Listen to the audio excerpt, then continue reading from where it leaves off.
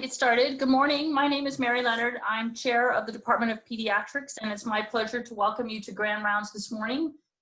Before I introduce Bonnie, I just want to call your attention to a couple upcoming events, some very important events. For the Department of Pediatrics faculty and staff, we will be having a town hall Monday. Mike Probst and myself for the faculty and staff and all the trainees, and it's going to focus on not just clinical care, which has obviously been a big topic of conversation, but we're also going to talk about our research, education, and advocacy missions. And there is a mechanism for members of the department to click on links and send us some of your questions. Now, next Wednesday is the Department of Medicine Grand Rounds. As I hope you all know, this is the scope has been somewhat broadened, and it really it speaks to the entire Stanford medicine community, gives an update on the current status here, as well as research developments, other important information. And then especially make sure everybody sees that next Friday, Lisa Chamberlain and Paul Wise are going to do pediatric grand rounds, and it's going to be a focus on the opportunities around advocacy and community engagement. So something that I know will be of great interest to the entire community, and we'll make sure we get information out about that. There's the town hall. So there's the details of the Department of Pediatrics town hall. You can see who the representatives are for all the different aspects of the mission, as well as Grace will be our infectious disease expert. So that's that link. And then next slide. Okay, so my great pleasure to introduce Bonnie. We all say she needs no introduction, but I do want to tell you a little bit about her background. She's our Senior Associate Dean for Faculty Development and Diversity, a professor in the Department of Pediatrics, Health Research and Policy, Chief of the Divisions of Infectious Diseases, Director of Global Child Health within the Center for Innovation and Global Health, and she's also Medical Director of Infection Prevention and Control. So Bonnie went to Stanford Medical School. She recently got an alumni award. She then did her pediatric residency and fellowship at Johns Hopkins. She served as an officer in the Public Health Service in the Epidemiology Intelligence Service for the CDC, where she was awarded the Alexander Langmuir Prize, named in honor of the founder of the Epidemiology Intelligence Service program. She has led many NIH, CDC, USAID, Gates Foundation, California Department of Health Services grants, and WHO-funded domestic and international pediatric vaccine studies, as well as studies in prevention, transmission, and treatment of perinatal HIV infection in the US, India, Mexico, and Africa. I had the pleasure of going through her CV last night and found lots of funded studies in enterovirus, post-eradication polio vaccination strategies, hepatitis, toxoplasmosis, and on and on. Currently, she's the PI of Stanford's Precision Health for Ethnic and Racial Equity, the SPHERE grant, the Transdisciplinary Collaborative Center, and she's also has an NIH-funded study to develop a tool for identifying pathogenic circulating vaccine-derived polioviruses. Bonnie serves as chair of the American Academy of Pediatrics Committee on Infectious Diseases. She's a member of a long list of infectious disease, pediatric epidemiology, and public health societies and associations. She's a member of the board of the scientific counselors for the CDC. She's been the director of 2 federally funded T32 grants in infectious diseases, does a lot of really substantial work in teaching and training at Stanford, as well as in the national and international setting. Also has taught a human biology course. Bonnie has over 200 peer-reviewed articles in scientific journals. She's the co-editor of the textbook Remington and Klein's Infectious Diseases of the Fetus and Newborn. And for all of us in pediatrics, the Red Book is our go-to book for anything infectious diseases, and she's chaired the report of the American Academy of Pediatrics Committee on Infectious Disease, known as the Red Book. And finally, we were very proud at a recent department meeting to announce that she's this year's recipient of the Stanley A. Plotkin Vaccinology Lectureship Award. Bonnie. Wow, thank you, Mary. That was a really thorough review there. Let me see. All right, I'm going to try to go through these slides reasonably quickly because I think a lot of you have been keeping up with the literature, but I wanted to make sure I touched on all the points. And I also want to thank Mary for her leadership and for especially to my pediatric infectious disease division, who have really been doing double and triple and quadruple duty during this time, as we are all really busy with this. And I know my service in particular has developed their own volunteer 2 new services. One is the COVID ID service for answering questions in the inpatient and outpatient sides, as well as helping with our shared services with occupational health for triaging all questions around COVID. So I really want to give a shout out to my division faculty who probably haven't seen me for a while, but I really appreciate everything they're doing to support our patients and all of you.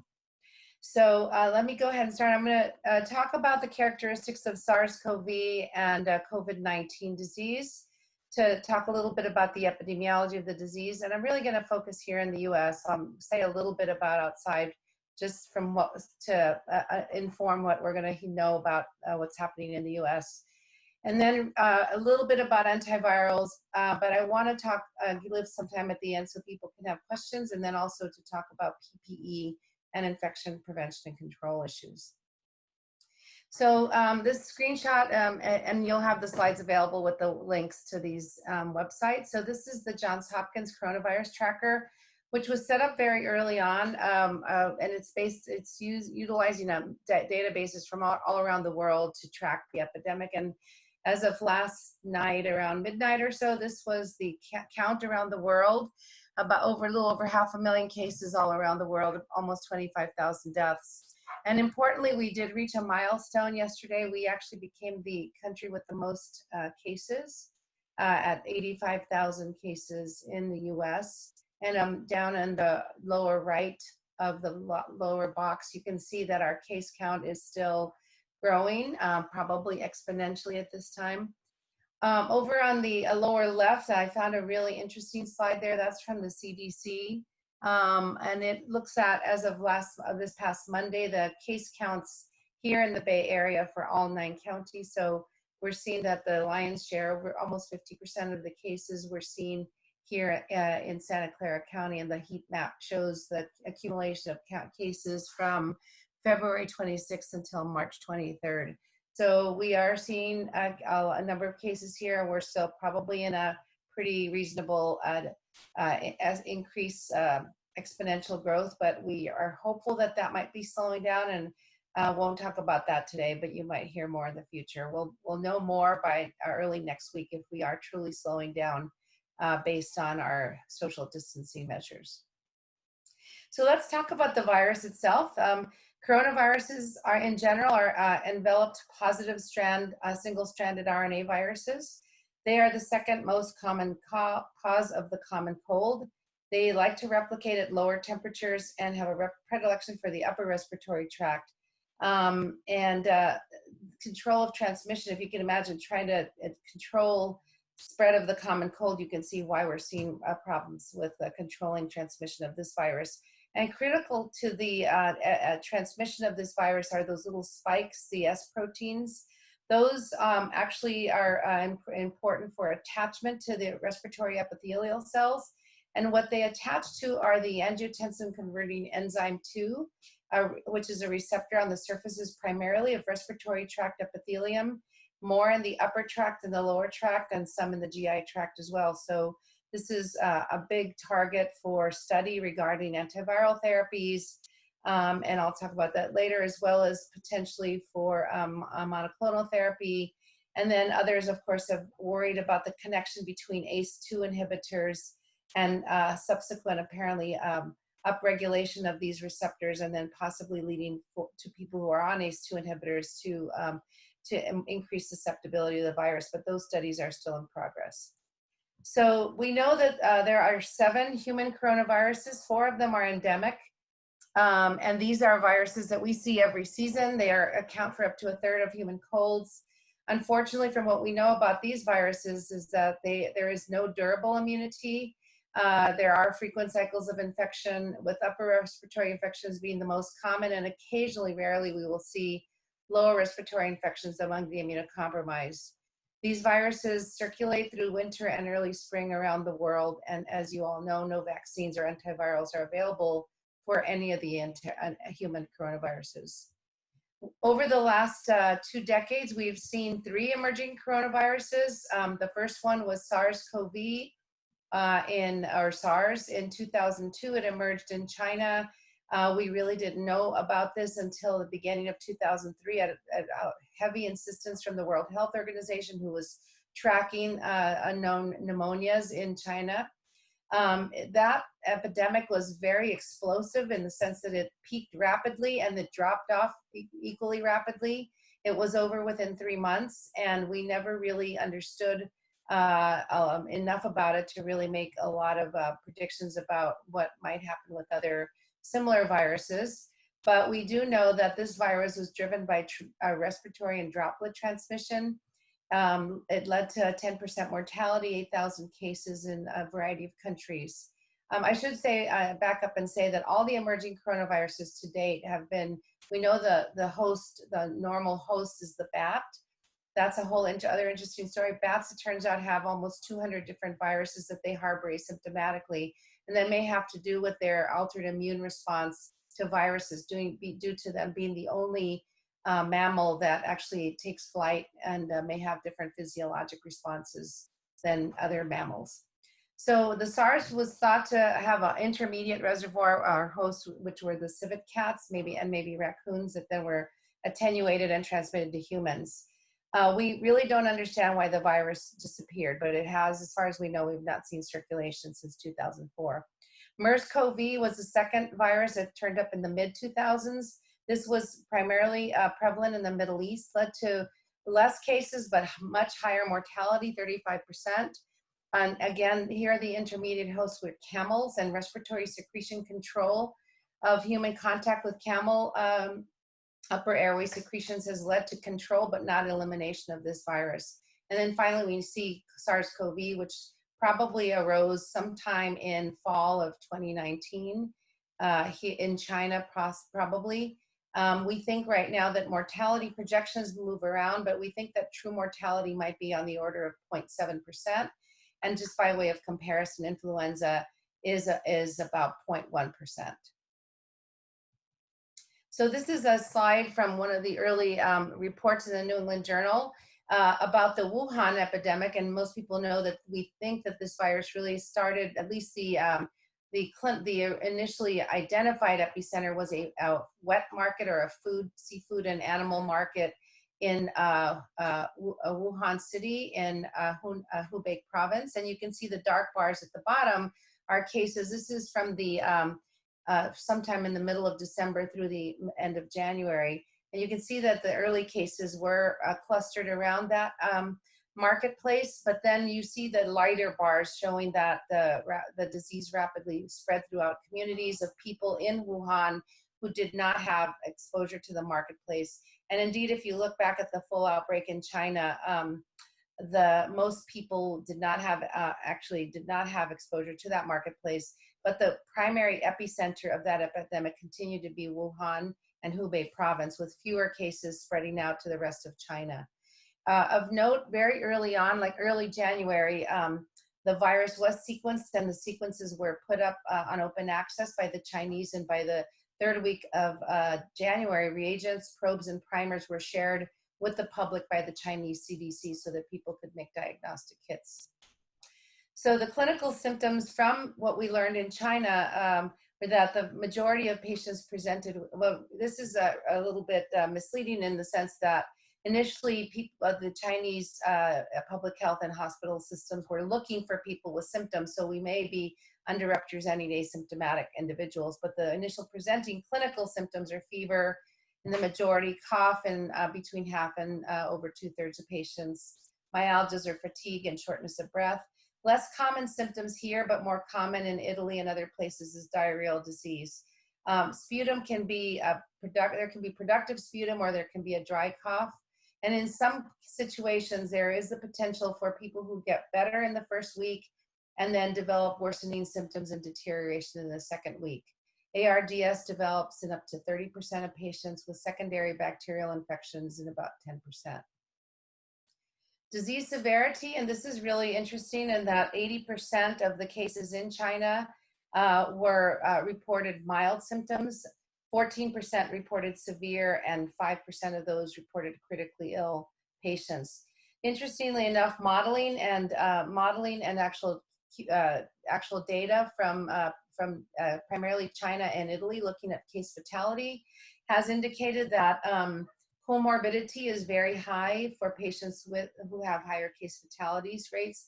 So among those with no comorbid conditions, the case fatality rate is less than 1%, and it can be higher, up to 2 to 12% with comorbidities. A report from Italy demonstrated that of 3,200 people who had died in Italy as of 2 weeks ago, 43% had 3 or more comorbidities. And many of those may have been on ACE2 inhibitors, which again may just be an unrelated association, but leading to some speculation about whether this again may serve to upregulate the receptor for the virus in people who are on these. The comorbidities include hypertension, COPD, cardiovascular disease, and diabetes. And notably, and for those of you who are endocrinologists, and I am not, apparently type 1 diabetes is associated with a higher upregulation of ACE2 receptors. So in this case report in China, from the Chinese CDC, you see that the distribution of cases as from about a little over a month ago is pretty largely distributed in above 30 years, in people 30 years and older, with a concentration of cases really in above 50 years of age. Mortality here, if you look at the mortality of cases, they tend to really cluster over 60 years of age, 30%, 20 to 30% between the ages of 60 and 80 plus years of age. This is a report that was just put out earlier last week for about almost 2,500 patients in the US looking at severity. And this is an important slide for pediatricians to understand, because while we think the disease is primarily one of the older population, in this particular study, we did see that among hospitalized patients, there were still some hospitalized patients in the 20 to 44-year-old age group. About 20% of the cases, hospitalized patients were in the 20 to 44-year-old age group. But you can see still the data are skewed towards the older population here. The case fatality rates in the US have mirrored what we've seen in China and Italy, with less data, obviously, but looking at case fatality of about 1.8 to 3.4%, and really focused primarily on the 75-year-old category and older. Looking at the incubation period, we're, at least from reports in China and having modeled this in other studies as well, the incubation period looks to be about 14 days. I'll show you some data that we are preparing for a manuscript from studies here at Stanford, but this is well within what most people have said, that about 14 days is right for an incubation period. And it peaks early, and then you see a tail off there to 14, and perhaps maybe some few scattered cases down to 21 days.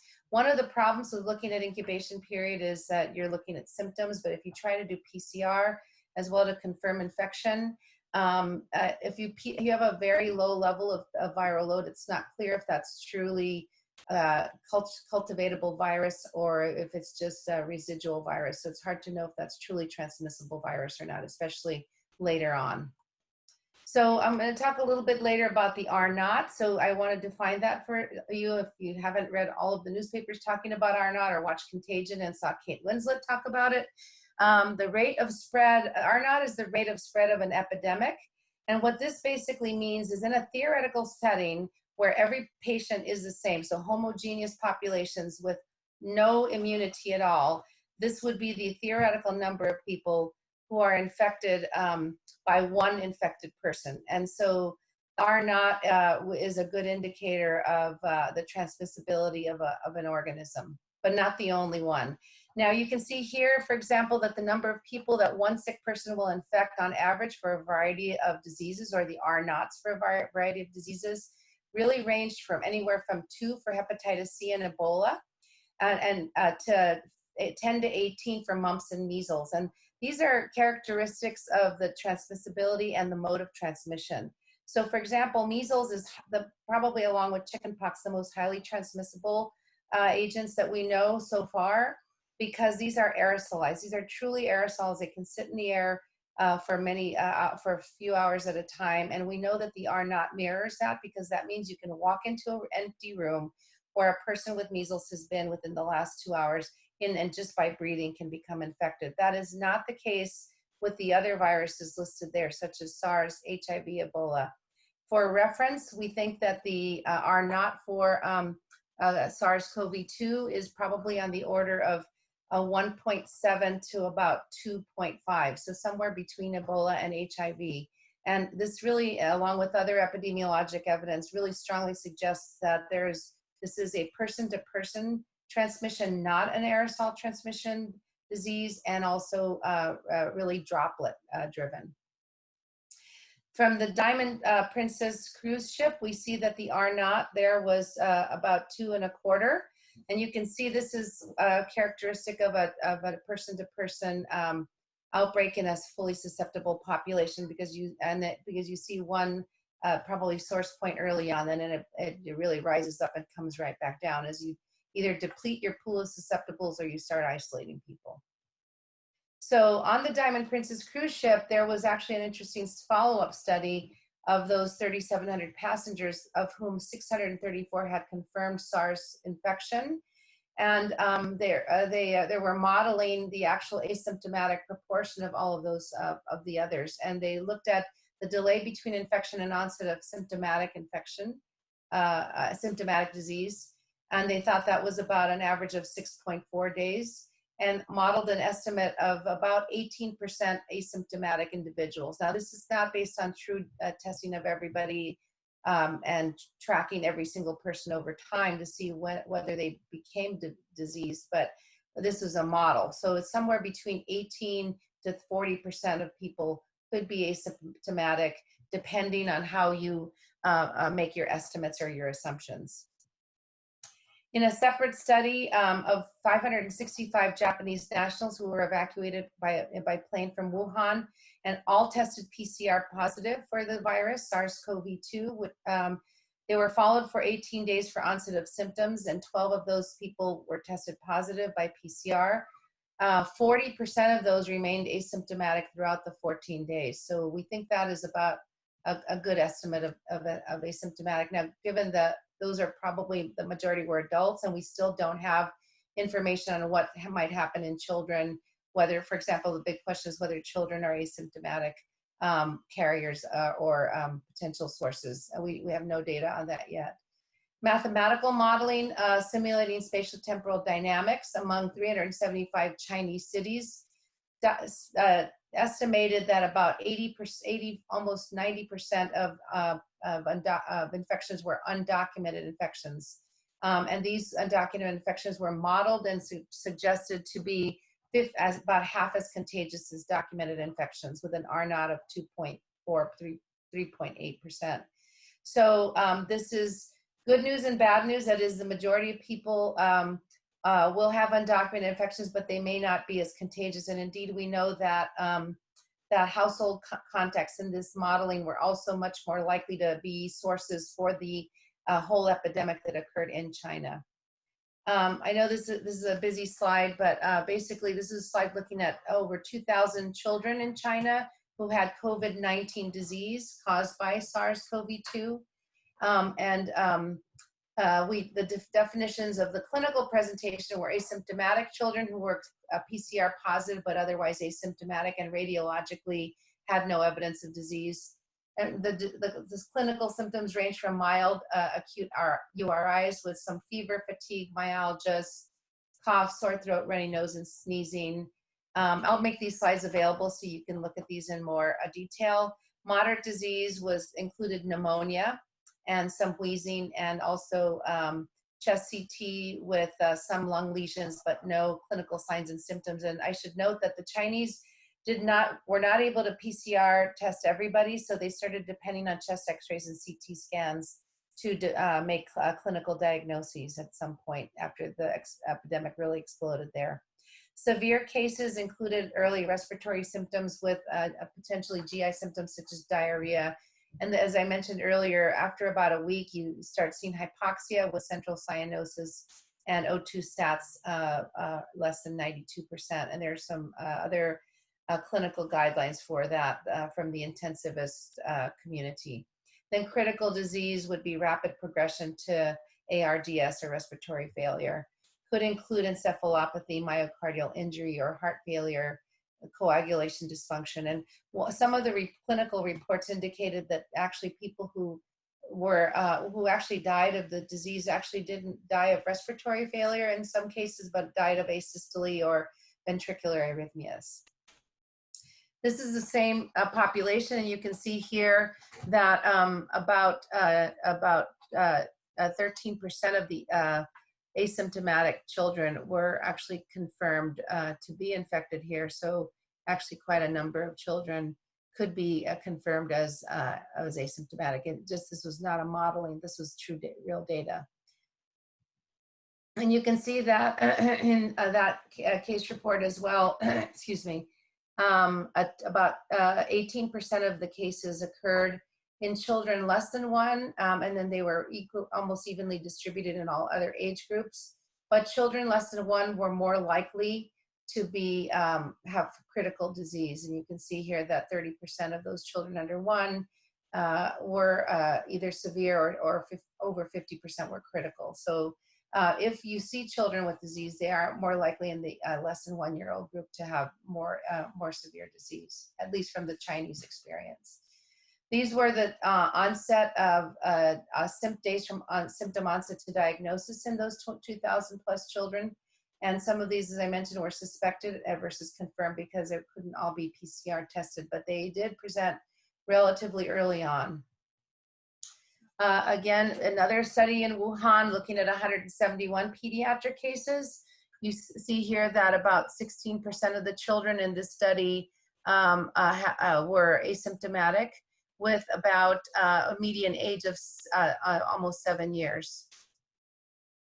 And then here again, you can see the distribution of symptoms. So overall, the median age was 6.7. About between 8 and 13% asymptomatic. Upper respiratory infection was present in about 4% of the, between about a median of 4% of the kids, and about 6% presented with pneumonia.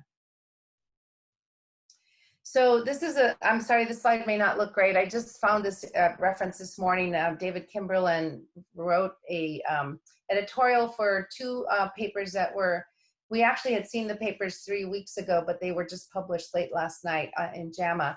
So this is a slide showing a study that we had been aware of for some time, and I don't know why it took so long. Oh, I'm sorry, is this the right one? No, this is a different study. Yeah, this is the right one. So this is a study looking at 33 infants who were born to COVID-infected women in a Wuhan Children's Hospital.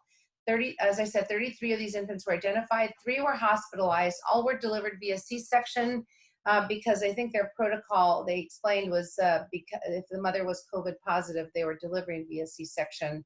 All were PCR negative by 6 days. The 2 of you see the graph on the right showing the cases of these 2 cases, and actually this is the wrong slide. This is a slide looking at an adult asymptomatic transmission study. But basically I can tell you that the 3 children, 2 of them were full term, 1 was a 31-weeker.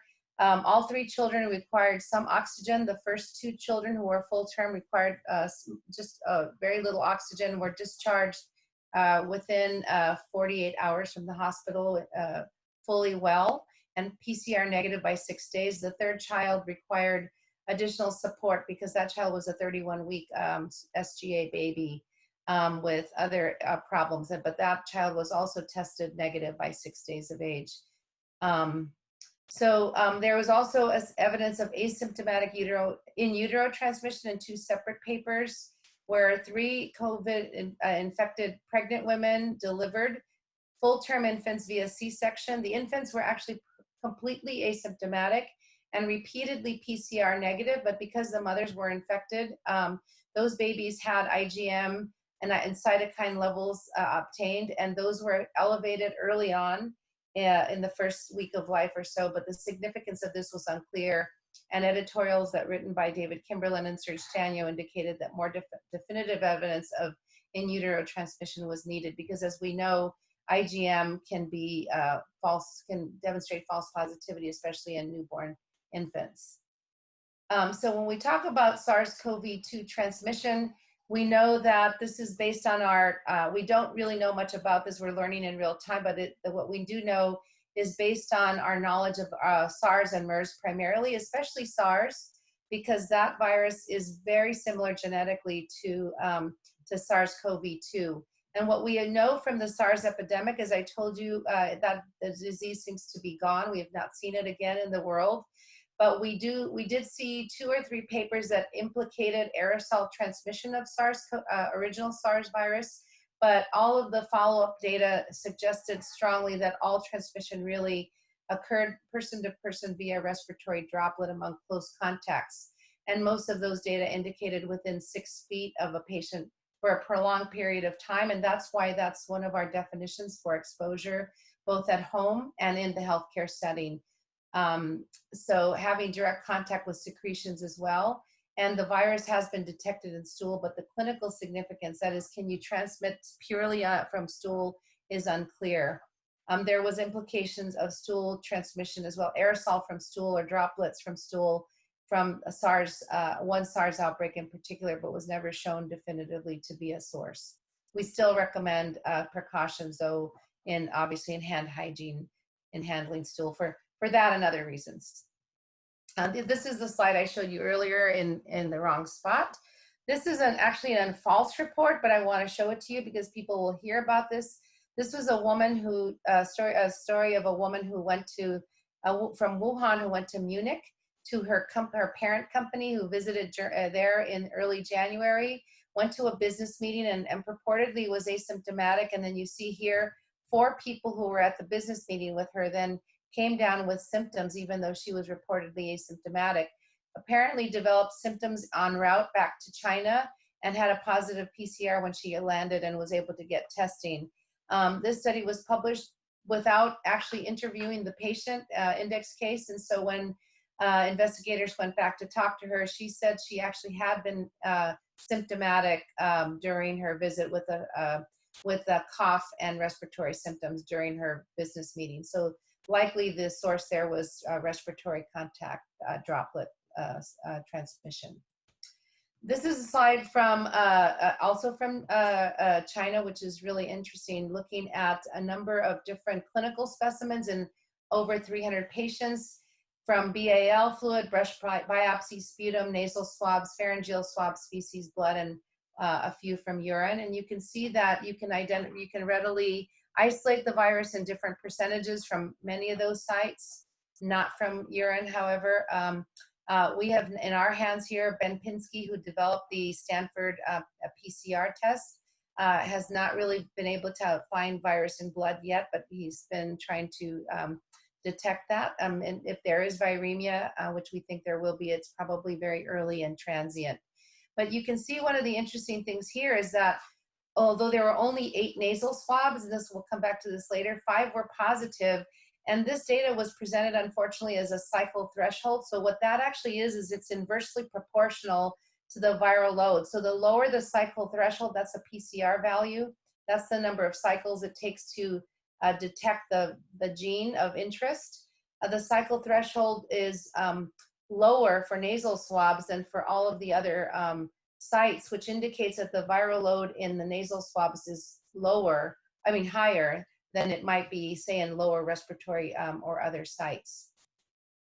And here's another study from China showing 17 patients with sequential samples from throat and nasal swabs over time, looking at days since onset of symptoms. And you can see there that there were cases, and again, this is a slide that shows CT value. So again, the lower value on the y-axis indicates higher viral load.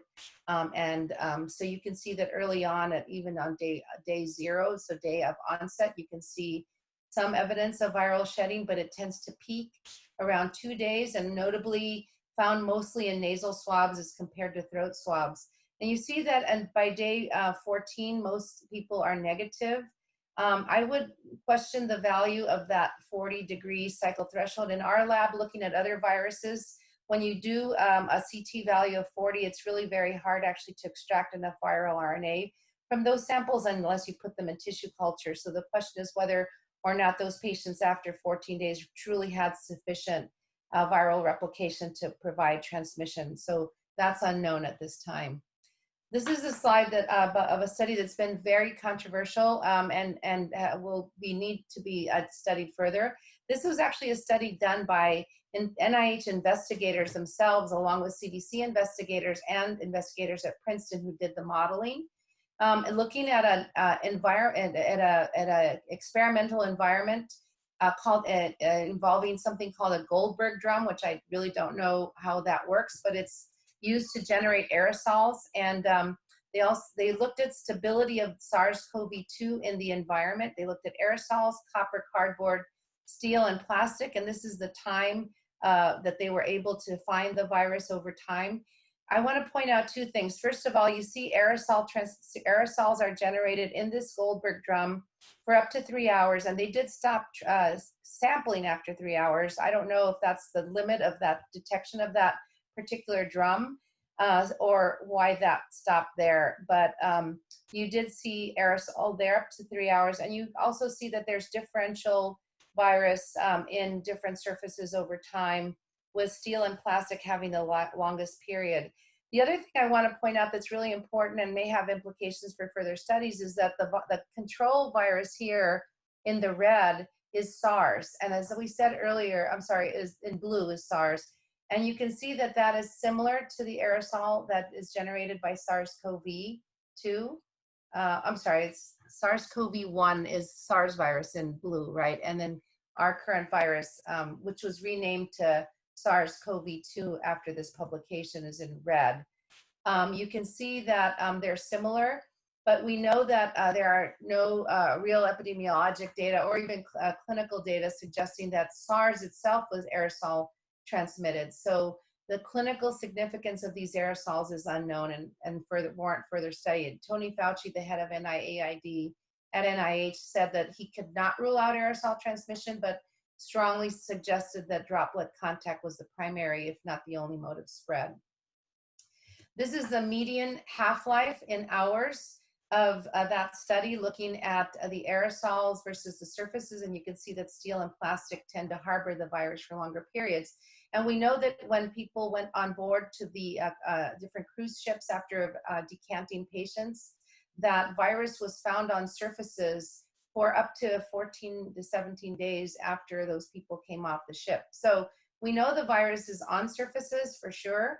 So that's why we really emphasize washing your hands and decontaminating the areas around you, and trying not to touch your face or other mucous membranes until you've washed your hands or gelled. Because we do know that if you don't come into direct respiratory or droplet contact from somebody, you could come into contact with the fomites on surfaces. This is a very busy slide, but I just put it up here to show you we're very excited. We were working in partnership with the Gates Foundation, who actually didn't give us any funding, but they gave us lots of advice, which is great, to try and gave us some nasal swabs. Based on the data from China, the Gates group was interested in finding out whether or not nasal swabs might be a good way to identify PCR positive patients instead of having to do invasive nasopharyngeal swab detection. So I have to give a shout out to Andra Blancans, the department chair for emergency medicine, and her colleagues there, and also our pediatric residents who really stood up to this challenge and actually asked these poor patients and themselves to come back to Stanford in the rain over the last month or so.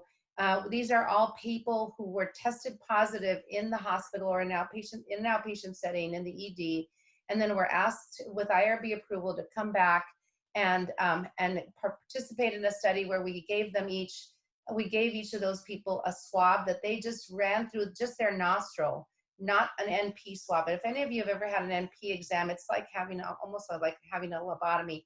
You really have to push that nasal swab up into the median turbinate area to get enough RNA. So this was just a simple nostril swab of both nostrils, very easy to do. And then we had our providers, again, our pediatric residents and even our ED attendees, who were fabulous, all of them were fabulous, to just do replicate what the patient had done and then get one oropharyngeal swab. And these are the data from the first 20 of our 30 patients. We expect the last 10 were done yesterday, and we'll have their results hopefully by the weekend. But you can see that there's a lot of concordance There was only one patient, and I think they're listed here. Maybe I didn't put them on the slide, but all but one of the patients, and they're not on here, all the patients demonstrated concordance. So if they were swab negative, all three methodologies were negative. If they were swab positive, all three methodologies were swab positive. The only discordant result was one patient whose self-collected swab was positive, but the two provider-collected swabs were both negative. And I don't know the viral load or the story of that patient. I just saw this data last night. So we're really excited about this opportunity, because what this can do is it can potentially give us the opportunity to just give people at drive-through a nasal swab in their hand. They can roll their window back up, do their nostril exam themselves, give it back to the provider, and that'll be good enough. Home kits, Bill Gates talked about this last night on CNN. Gates is already talking about building out home kits, and of course we still need to make sure we have enough reagents to run all these PCR tests, but this makes it so much easier on the provider and the patient, less use of PPE and less exposure. Here is another slide showing our cycle threshold, and as you know now, cycle threshold is related to viral load. I didn't have time to calculate the viral load here, but if the patients were swab negative when we saw them, their initial viral load was much lower than those who were tested positive. So we'll have to see what that means as we look at the next 10 patients. But importantly, the standard deviation on the right hand column shows that all of the swabs of the bottom three variables there in the right column show that the standard deviations are almost identical for any of the collection methods, which demonstrates that this is probably has a high degree of fidelity. And we're in the process of working with Dr. Blomkans and others to try to get validation of this in larger numbers of patients through the ED, so that we can then just use nasal swabs instead of NP. Here's of the 6 patients that we had who had positive samples. These are the viral load plots over time. And you can see the first plot, we only have 2 time points. That is the time they came to the ED and the time that they were swabbed for our study. And of course, we just got them back whenever they were able to come back. So the numbers vary. But you can see that there were 2 patients who, and I'm sorry, the slide is very small. The numbers are small, hard to read. But the 2 patients of particular interest are the 2 who were still shedding. One was shedding at day 18, and the other one was shedding at day 28. But all the others stopped shedding early, and indeed all of the negatives ranged all the way across to day 25 or so. So the vast majority of patients were not shedding late, and the CT value for that last patient was actually quite low. So again, we don't know whether that person was still able to transmit at that point. I'll skip this slide. I'm going to briefly talk about this because I want to leave time for questions, but herd immunity is critical. This is the epidemiological basis for understanding how organisms pass through populations. It's the standard SIR model. You're either susceptible, infected, or recovered, immune, or dead. Those are the 3 categories. And in the left-hand box, you see that everybody is susceptible. In the middle box, you see that one person is infectious, infecting 2 people. That's an R0 of 2. And that if that person is in contact with immune people or otherwise not in contact with susceptible people, they will not continue that chain of transmission. So since we don't have a way to create immunity in the population other than making people sick, we are trying to space out those little green dots, those susceptible people, so that they will not be infected. And that's the whole premise of social distancing and why it's so important. And so you can see here from an epidemiologic model, the susceptible fraction of the population is the critical limiting step to the start and stop of any epidemic. And unfortunately, from an epidemiologic standpoint, there's really no way to truly model an epidemic until the middle or end of that epidemic. And that's really not when you want to be implementing measures, because epidemics grow exponentially, and for every day you wait for interventions, you are actually exponentially increasing the number of patients who might be involved in this epidemic. So it requires rapid response with uncertain numbers. And so that's why I think this social distancing, while it may seem drastic to some people, or not drastic enough to others, is actually the right thing to do, and the calm and panic-free thing to do. If you keep people apart and you practice what we know are good infection control measures based on our previous experience with other diseases, you will reduce the number of cases and prevent and reduce, and the epidemic should resolve. And so I want to spend a couple minutes just talking, and I'm not going to spend a lot of time on this. My internal medicine and other colleagues here at Stanford are involved with a number of studies, and this is just a quick list of some of those that are listed on clinicaltrials.gov from China, Bangkok, and other places. There are studies of a drug called favipiravir, tocilizumab, other protease inhibitors, also tamivir included, chloroquine, azithromycin, et cetera. So there are a number of trials going on, and we are obviously gearing up around the country. I'm working with David Kimberlin to try to enroll us in a study. He and I have a U54 to already look at acute flaccid myelitis around the country. So fortunately, we have that platform to try to pull in other drugs that might be useful for children. And he's actually trying to file that with the NIH this week. If we can get that, we would be able to have access through our current U54 to try and enroll sick children in clinical trials. Other drugs that you've heard about, remdesivir is a nucleoside, it's a novel nucleoside analog, and right now it's produced by Gilead. There are WHO and NIH multiple study sites, including Stanford internal medicine sites. This is a drug that's very much in demand, and unfortunately, it's not available for compassionate use, and it's unclear to me. It may or may not be available for compassionate use still for pregnant women and their babies. It's very unclear because that may be a separate standalone category of individuals. So we're hopeful that that's the case, but we know that remdesivir use is really limited at this point to the clinical trials. Chloroquine plus azithromycin studies are in progress. We have to be very careful here because federal leaders had said this is the drug of choice, everyone should use it, and people went out on their own, and I guess went on YouTube, started using it, and a couple actually died, a married couple died from chloroquine toxicity. It's obviously it used to be quite widely used. We don't use it anymore very often for malaria because of chloroquine-resistant malaria, but there are significant toxicities associated with it, so I would not recommend off-label use of this for this particular indication. And the recent paper just came out this week on a boosted protease inhibitor therapy that we usually use for HIV infection. And it was a combination of lopinavir, ritonavir. No efficacy was shown there in that study in China.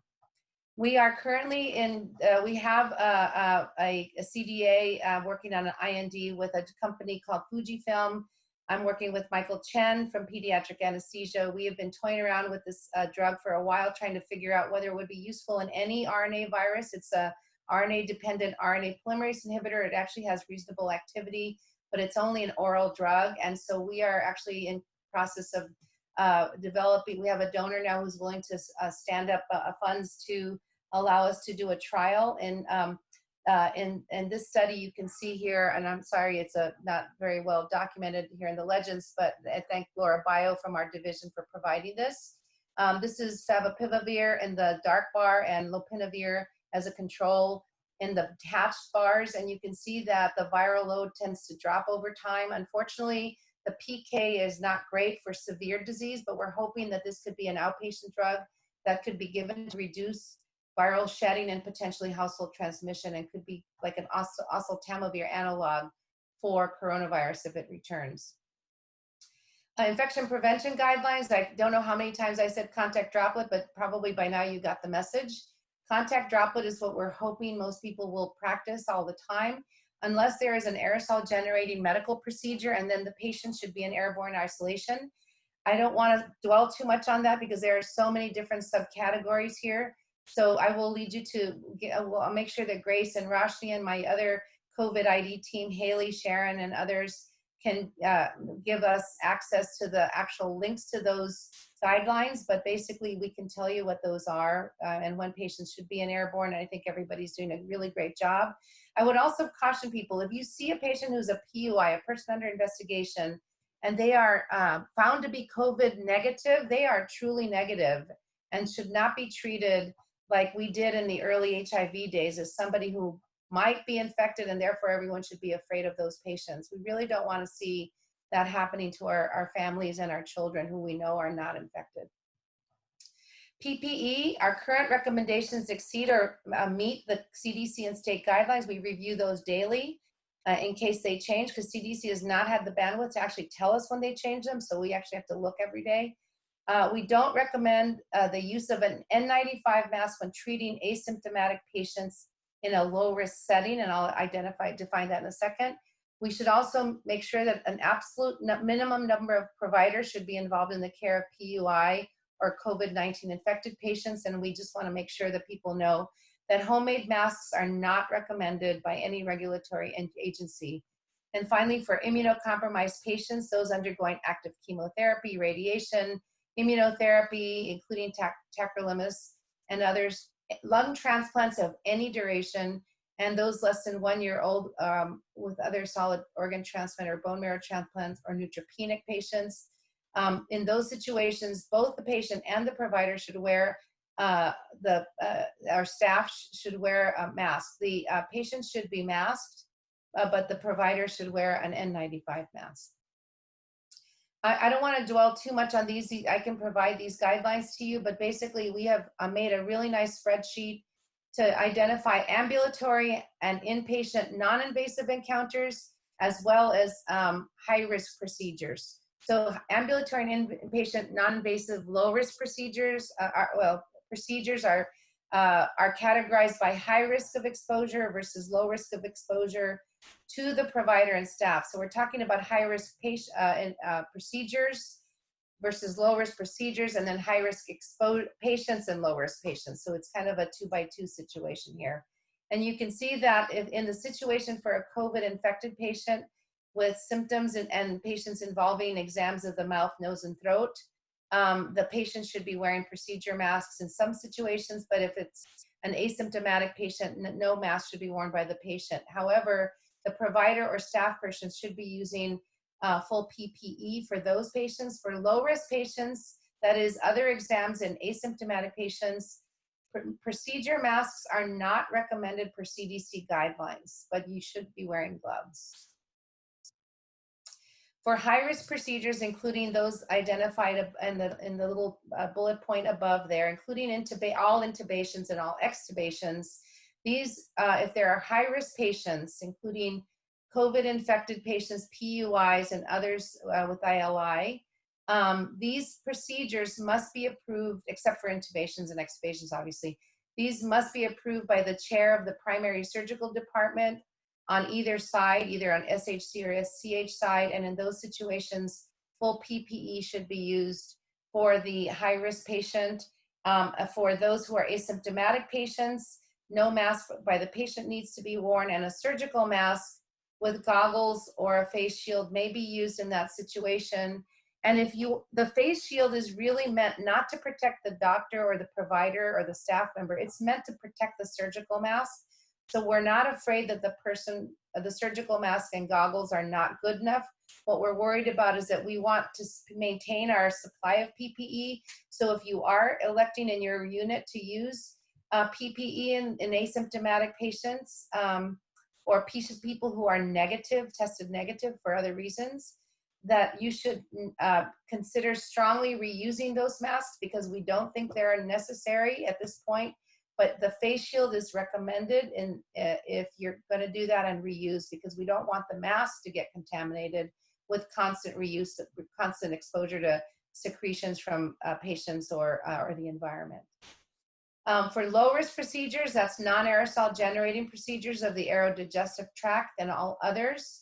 Again, if the patient is high risk, and you're going to need to get approval by the chair of the surgical department or and anesthesia, as indicated here. That would be Doctors Dunn and Fair on the Packard side. And those patients would need a procedure mask, and the providers and staff should use single-use masks, goggles, and face shields. Again, the face shields are there to protect the mask, not the patient, not the doctor or the provider. And then for low-risk procedures, that is asymptomatic patients that are in low risk, patients in low-risk procedures, really the patient doesn't need to wear a mask, and the provider may consider a surgical face mask, goggles, and a face shield, again, to protect the mask. So I'm sorry this is complicated, but you'll have these slides to look at later, and we could take questions offline around these issues. So I will stop there, and I'm happy to take questions if you have them. I think we have a few minutes. That was wonderful, and the questions, really great questions flowing in. I've tried to categorize them a little bit. Can you hear me okay? Yeah, I can hear you. Perfect. So first, somebody wrote, Bonnie, it is so appreciated that instead of providing generic answers and false reassurance, you present staff with the appropriate facts and specific information to help us all understand more about COVID. We wouldn't be able to do it without you. So wanted to say that first. Well, we have to follow evidence-based and science whenever we can. So yes. The only well, thing thank you. Thank you for bringing us slides that include publications that came out like 15 minutes before your presentation. So we appreciate it. So I've tried to group some of these questions into categories. There's lots of really great questions. For, just a couple about the assays. Could you help us understand why the US didn't use the WHO testing kits or other tests developed by others? That's the first one. I don't know. Okay. We wouldn't know the same thing. Yes, okay. Well, to be fair, yeah. CDC does a fabulous, I know the people who made this test, they're my very good friends. They helped me make my own assays in my lab. They're very generous with their reagents. They're very good people. But from what I understand, and again, this is all third hand, we think that that the CDC developed a really great assay, but then CDC can't scale these things up, and I think they went to a third-party provider, and that may have been where there was a glitch in terms of scale up and maybe in the way the test itself was configured. Okay. So next question about the assay and the turnaround time, and specifically, why are we not using the 45-minute turnaround test that was just approved by the FDA and developed here in the Bay Area? So yeah, I got to give a shout out to Ben Pinsky. He had the foresight to develop this test in February because we were taking too long, and he actually helped me develop as I said, my assays in my lab. So he just went ahead and started pulling the primers together. This is not rocket science, and he pulled them together, validated the assay. He right out of the chute, I think he was probably, if not the first, one of the first non-federal institutions in the US to get an FDA approved kit. It was approved on March 2nd, and it was rolled out on March 4th. The problem we have had is that we have a hard time getting swabs, primers, reagents, the viral transport media. I think we're scaled up now. He can actually, I just spoke to him last night, and he can actually get, he can scale up now to about 2,000 kits a test a day. And Christina Kong, if you're on the line, Ben told me that, so sorry if that's not true today, but he thinks 2,000 a day is feasible. The Cepheid kit, which is the one you're talking about with the 45-minute turnaround time, should be scaled up pretty soon. Those are really nice test kits because they're basically little cartridges. You just need to prepare the sample, and you can stick the cartridges in these slots, so you don't have to do them all at the same time. They can be done in real time, and you pull out each cartridge result as you need to get the result. So the answer is that that is in the works here. Yeah, it should be very soon. Yes, within good. days, Thank you. Within days. Perfect. Okay, a couple questions specific to healthcare workers. Based on age mortality and comorbidity mortality, should the school and the hospitals be stratifying risk in our MDs and RNs, I would say other healthcare workers, and making deployment decisions based on that? Should we be allowing high-risk employees to work in high-risk environments? Yeah, so let me just say something I forgot to mention. This is we also put out, by the way, our PPE task force, which includes Mary Hahn, the chair of surgery, Sam Wald, who's a pediatric anesthesiologist, and also the head of perioperative services, and Marissa Holobar, Lucy Tompkins from the adult infection control side, and others from the operational side of the hospital have actually put together guidelines. And we want to make sure we have guiding principles. And one of them is that every healthcare providers should be treated the same within a unit. So if the doctors get it, the nurses should get it, if they're in the same risk group. And I think that's absolutely correct. And this has been I think some of the confusion is these are very high level guidelines, but every unit may have to develop their own specific risk stratification. What we really want to caution people about is not to go above and beyond what we're recommending, because we're already above and beyond the CDC guidelines. And if we go above and beyond what we're recommending, the burn rate on PPE is going to be tremendous. And while we do have a reasonable supply of PPE now for both hospitals, if you went to higher than recommended standards, you would burn through that very quickly, and we can't always assure that we would be able to replenish that rapidly. So and then to follow up on some of the specific high risk providers, there is recommendations that are going to be coming out any minute now. But all of the department chairs and the hospital have said that people that are at high risk because of medical conditions or other concerns should certainly be discussing that with their supervisor. Yeah. Do you want to say anything about that? Yeah, sorry, I forgot to answer that question. Yeah, so we mentioned this on the town hall yesterday, but I do think that I would say that, and right now I think the guidance is, we were trying to decide if it was 60 or 65, and that's important to me because I fall somewhere in between there. I won't tell you where, but the decision was made to really try to cut it off at 65 because the data really is strongly supportive around, I mean, it's a continuous variable, but really above 65 the risk starts to go up. And we would encourage people to talk to again, privacy is important, so one does not need to disclose what they think their underlying comorbidity might be or their concerns. They just need to discuss with their supervisor, chief, chair, unit manager, whatever that person might be, their concerns, and should work out either a way to not be patient facing or to do telehealth or to be involved with less invasive work in the hospital, or consider then PTO or other methods depending on what that specific person's concerns are. Right, and somebody asked if we can circulate those personal risk stratification guidelines. Absolutely, once they're finally approved. We're very, very close to having them approved. It may come out of a meeting today at noon, so there'll be more follow-up on that. Some people have asked some slides about some questions about information that's in your slides. So rather than revisiting that, we'll just make these slides available to everybody. Okay, so I know we're out of time, but Bonnie, if it's okay with you, can we keep going and just try to get through more of these? Sure. I have time if others are available. Yeah, you and I we can do this, and this will be recorded and available to others. Okay. Somebody asks, why are newborns not immunocompromised patients? Well, you saw the data, and we're depending on the information that we've received from China, and I think that they look pretty carefully. And some would say that maybe 333 women isn't enough pregnant women to look at, but that's about the best we have right now. But all the data are really pointing to, for some reason, older ages. That is probably over 20 years of age, between 20 and 44, as Governor Newsom mentioned the other day. Almost half of people infected in California are between 20 and 44. Now, they're not severely ill, but they are sick. They can be sicker than younger people.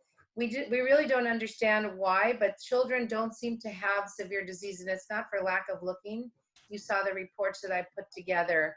And at the same time, it does look that the younger infant may be at higher risk, and there's that one report that shows that infants under 1 may be more likely to have severe disease, but the numbers are still pretty small. So I think we're still trying to figure this out based on the data that we have available, but yeah, there's just no big strong signal there. Okay. Can you comment on the CDC article endorsed by Varmus about the virus being transmitted just by speech? Whoa, I don't know anything about that paper. I'm happy to take a look at it. Okay. But if you've ever been, and now we're all on our phones, and I can say that if I'm looking at my phone, I see droplets on my screen. So, I do think that, you saw the data that I showed you as well. I mean, you can just do it. It's right on the tip of your nostril. So these patients that we tested just swabbed their nose. They just swabbed the very superficial part of their nostril. So it's right there and it's in your mouth. The receptor's in your mouth, so we know the virus can be there as well. I'm not surprised. Okay. So there's a variety of questions related to the sensitivity of the assay. So it's hard to calculate the sensitivity of an assay when you don't have a gold standard. You need a gold standard, so you need a true positive. So if the test is the true positive or the source of truth, then you can't test it against itself.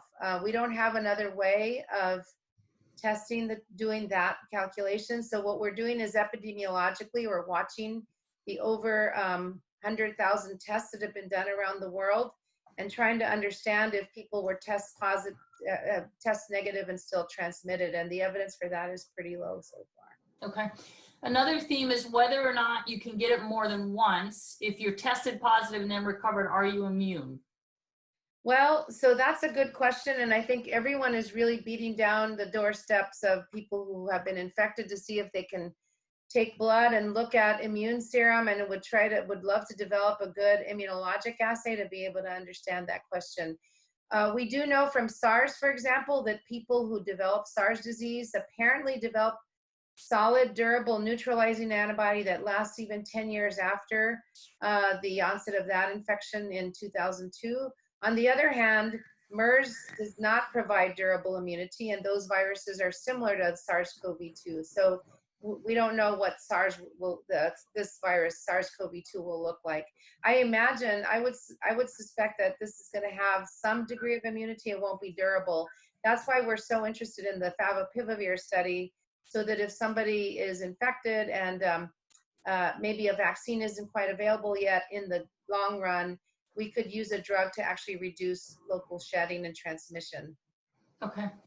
What are your recommendations for well child care and vaccinations for a clinic that sees children and adults? We're trying to minimize traffic through the clinic. Should we stop flu vaccines now to further limit traffic in clinic? No, keep vaccinating. So the Sally Goza, who's the president of the American Academy of Pediatrics, we've been asking her on the Red Book Committee to push out as much information. We've actually lobbied at the federal level through the AAP to make sure that they continue to support keeping our well child clinics open, especially for those children under 2.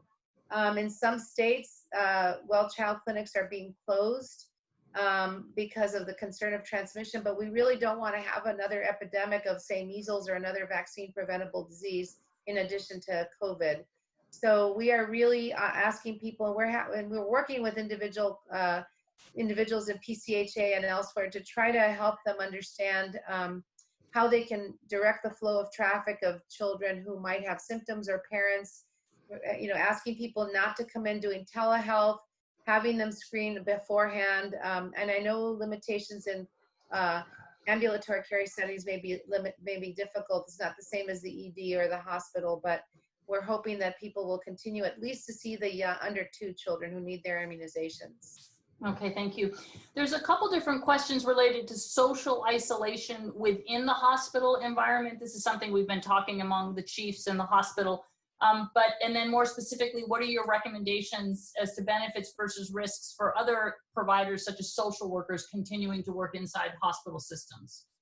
Well, you see the fomite data. It is certainly an issue, and I think the recommendations are actually quite simple, but I think they're effective. So, looking at all of our hospital-acquired infection prevention measures, I can tell you from looking at these over the last 2 decades, hand washing makes such a big difference. Whenever we see a case of any hospital-acquired condition and you see reduced compliance with hand hygiene or appropriate contact precautions, you really will be more likely to see a locally acquired case of other diseases, RSV, influenza in addition.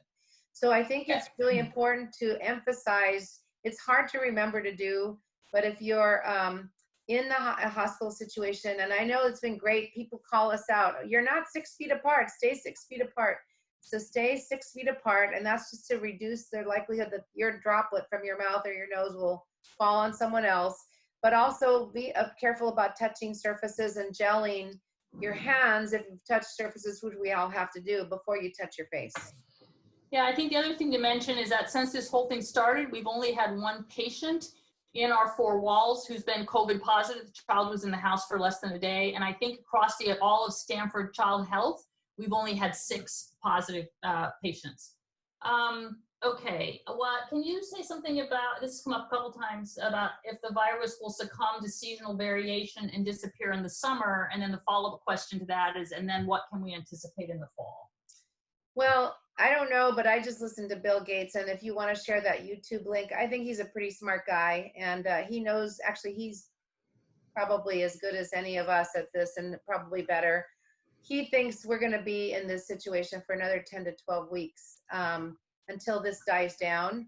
And I tend to agree that we're probably not going to see it completely disappear for several weeks. We usually use 2 incubation periods to determine when an epidemic is over, because you use your first incubation period for that first index case infecting people, and then the second incubation period for the second wave of people who might be exposed. So if you have 2 incubation periods go by and you see no cases, then we can consider that the epidemic would be over.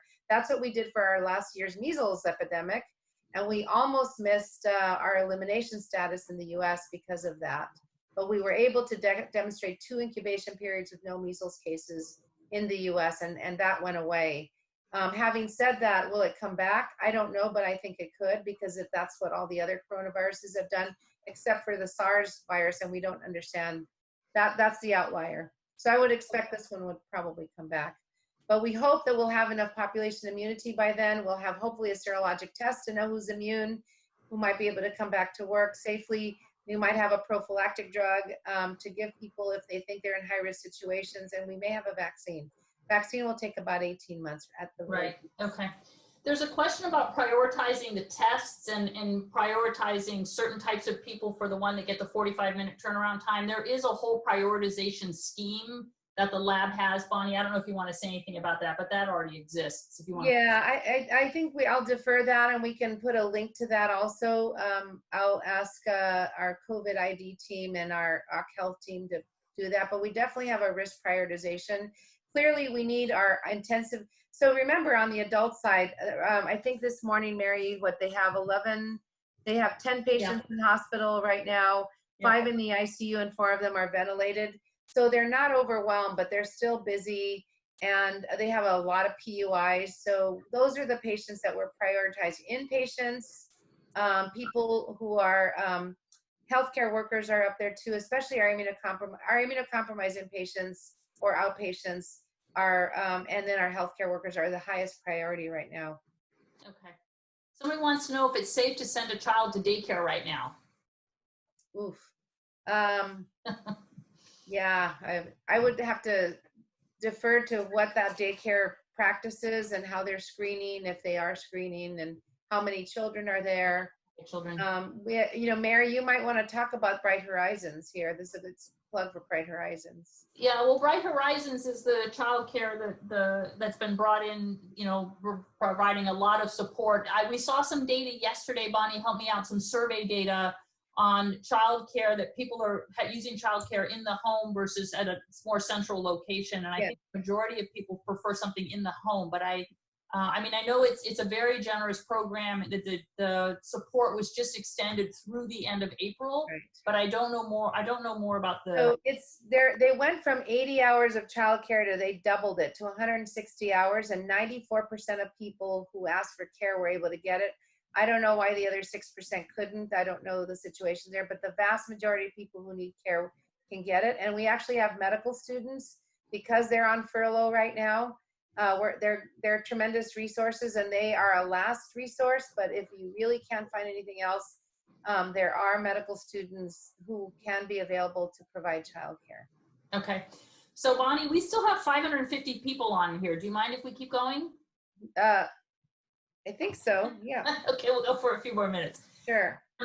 Is there? Yeah, I'm fine, totally fine.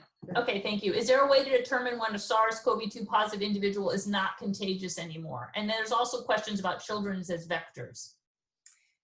So as we said earlier, nobody's had the problem is we don't have a serologic assay, and we don't have enough PCR testing kits to really strain the system to do an epidemiologic study right now. I will be doing a household transmission study, and I wanted to finish the nasal swab study first so that I could figure out if I could just get away with using nasal swabs. That would really save us the time for people to have to go to people's houses. But we're starting a household transmission study. Hopefully by Monday. We have all the approvals in place. We just needed the personnel.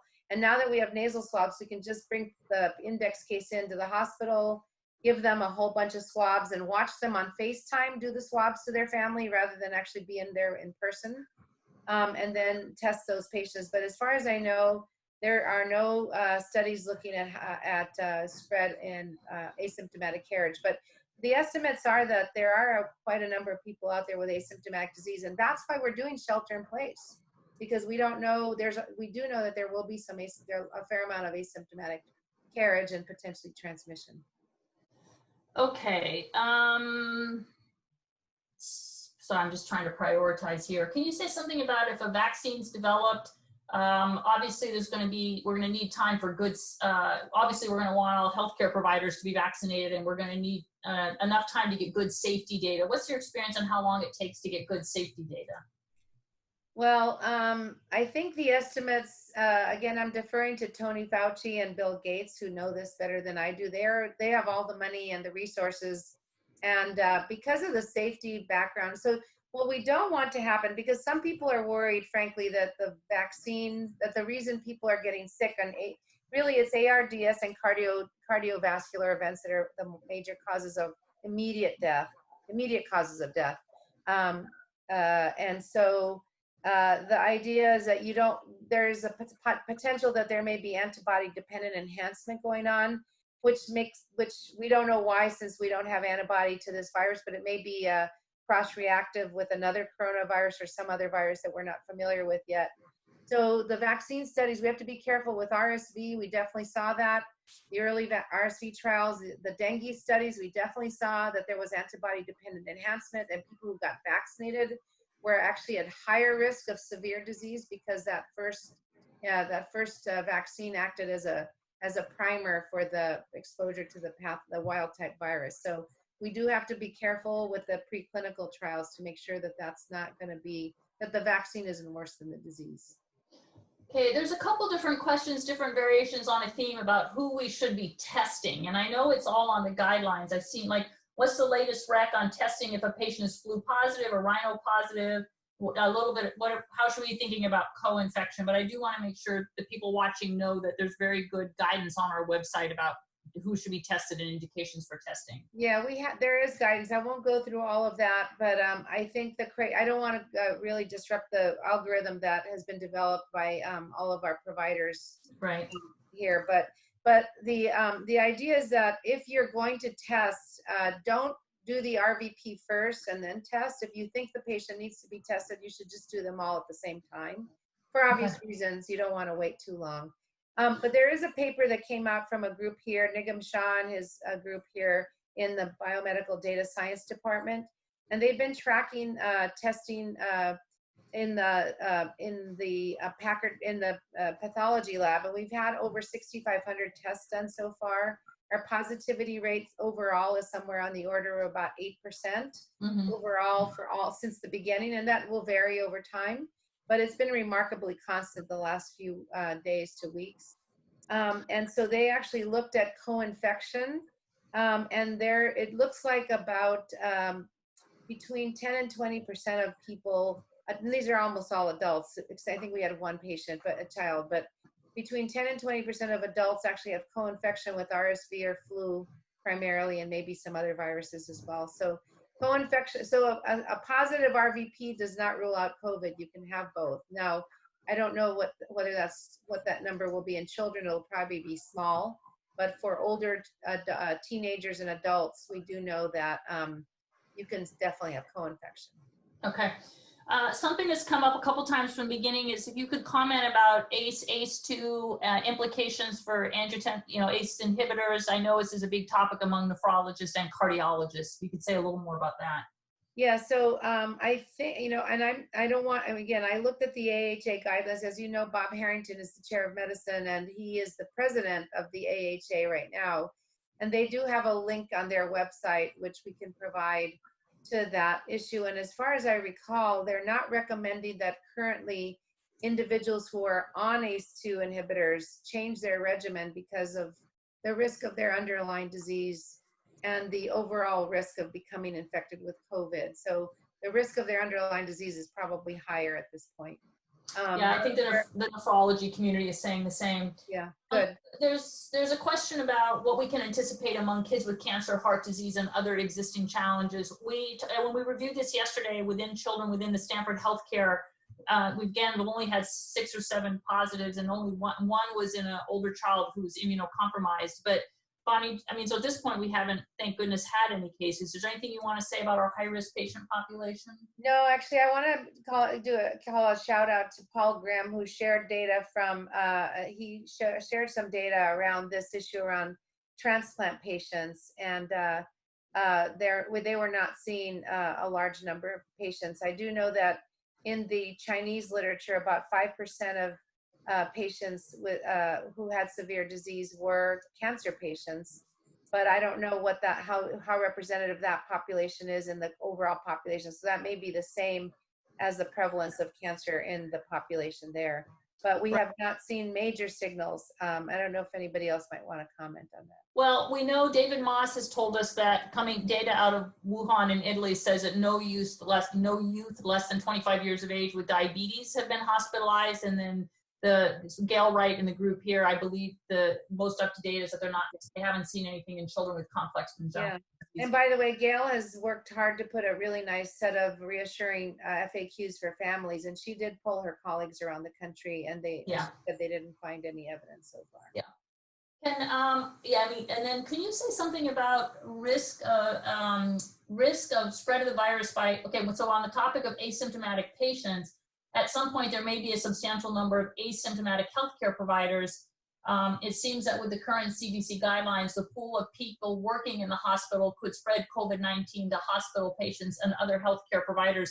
Let me just mention that among the people who've been going to occupational health who are symptomatic, I think the numbers, I think today was pretty typical, are only 2% are positive. So these are symptomatic people that are healthcare workers. So just to give you a sense of some of the small numbers. But Bonnie, do you want to talk about risk among each other, us around each other at work? Yeah, again, that's why we're using, because we don't know that. I'll tell you one epidemiologic hint, that's the best we can do, is that we have not seen clusters of nosocomial transmission. So that is, if you see somebody that's always your, canary in the coal mine, and I hate to say it that way, but if we saw any evidence of even one person who might have been infected from another person in the hospital who was wearing proper PPE, for example, we would be concerned, but that hasn't happened. I actually have been having weekly calls with the Red Book Committee, and I just put out a little Qualtrics survey to all my committee members. There's 15 of us, and we're gonna just be keeping track nationally for our own information, but nobody has seen any healthcare workers infected when they were wearing proper PPE. And all of the healthcare workers, as far as I know, maybe if I'm misquoting the Yacht Health Group, but whenever we have evidence, there's no evidence of in-house transmission. It has all been community-based transmission, even among our healthcare workers. Right, I think that's really important. And I think we need to reassure people that Grace Lee and Joe Kim and people are being extremely careful and methodical about how we do contact tracing and making sure we don't have anything that would suggest that that's a problem. And they're actually starting to do cluster tracing. So they mean, by that, Yes. there's even 2 people in the hospital that were found to be infected. They're going back, and this is mostly on the adult side because they're a bigger operation, but they're looking at cluster tracing as well, and so far have not found any nosocomial transmission. Right. There's a question about, that if you have a test and it's negative one day, it can be positive the next day and can be falsely reassuring. I think that's a very important tenet that's guiding our recommendations about testing asymptomatic people. Do you want to say anything about that? Yeah, and I understand people are worried. I think we're all afraid to be infected. We all worry about especially pediatricians or people who work with children. We know that kids are usually reservoirs for disease, and so we're surprised that they're not yet, or perhaps they might be, but we just haven't seen that evidence yet. What we're really seeing is that infected symptomatic people, mostly adults, are really being sources of transmission. We are, I don't think that that's been a major source of concern at this time. Okay. Somebody had a question about if we should be doing C-sections for COVID positive mothers. I know the answer is no, but a follow-up question is your opinion on the ACOG and the CDC recommendations of separating infants when the mom is a PUI or a COVID positive. This is obviously something that's been a very dynamic part of our guidelines just in the last 48 hours. Do you want to say anything about that? Yeah, I'd have to defer to Yasser and Leslie Subak about that, because the ACOG guidelines just came out on I think Monday or Tuesday. I haven't had a chance to talk to Yasser about them. I know he's been involved at the national level with those guidelines. Yeah. And essentially, for those who don't know, pregnant women are according to ACOG guidelines, and we can get that link to you as well. Those women are supposed to be treated like other non-pregnant women. That is, during visits, L&D, etc. If they are asymptomatic, they should be treated the same way as everybody else. They're not considered immunocompromised, and there actually isn't evidence at this time that pregnant COVID-infected women are at risk for more serious disease, and that really primarily comes out of China. We haven't seen a lot of data from Italy yet, but that's the current recommendation. Yeah, okay.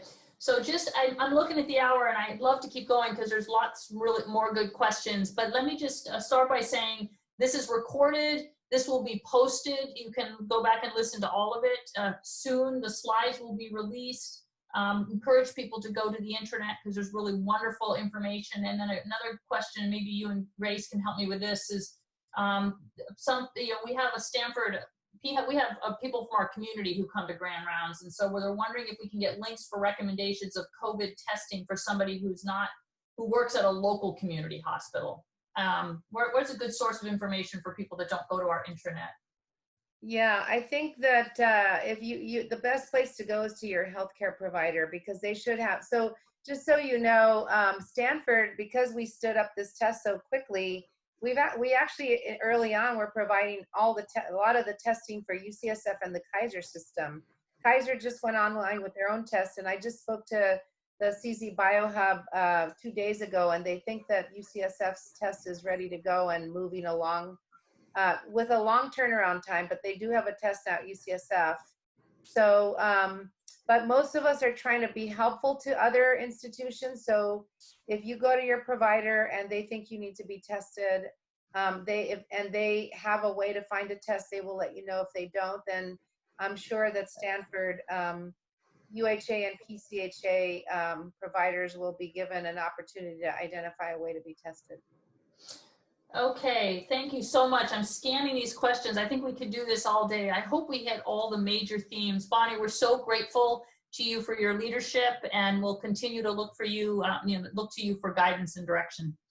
Well, we're all working together. Let's just keep supporting each other. I think the pediatric community and the pediatric affiliate chiefs from other departments have been fabulous and working really hard. And thank you all for working so hard to end this. Thank you. Okay, and for the 400 people that stuck it out till 9:30, just please come back and join us every single Friday. It's going to be all COVID all the time, and we've got a couple great speakers in the coming weeks. Thank you, everybody. Thank you. Bye-bye. Bye. The preceding program is copyrighted by the Board of Trustees of the Leland Stanford Junior University.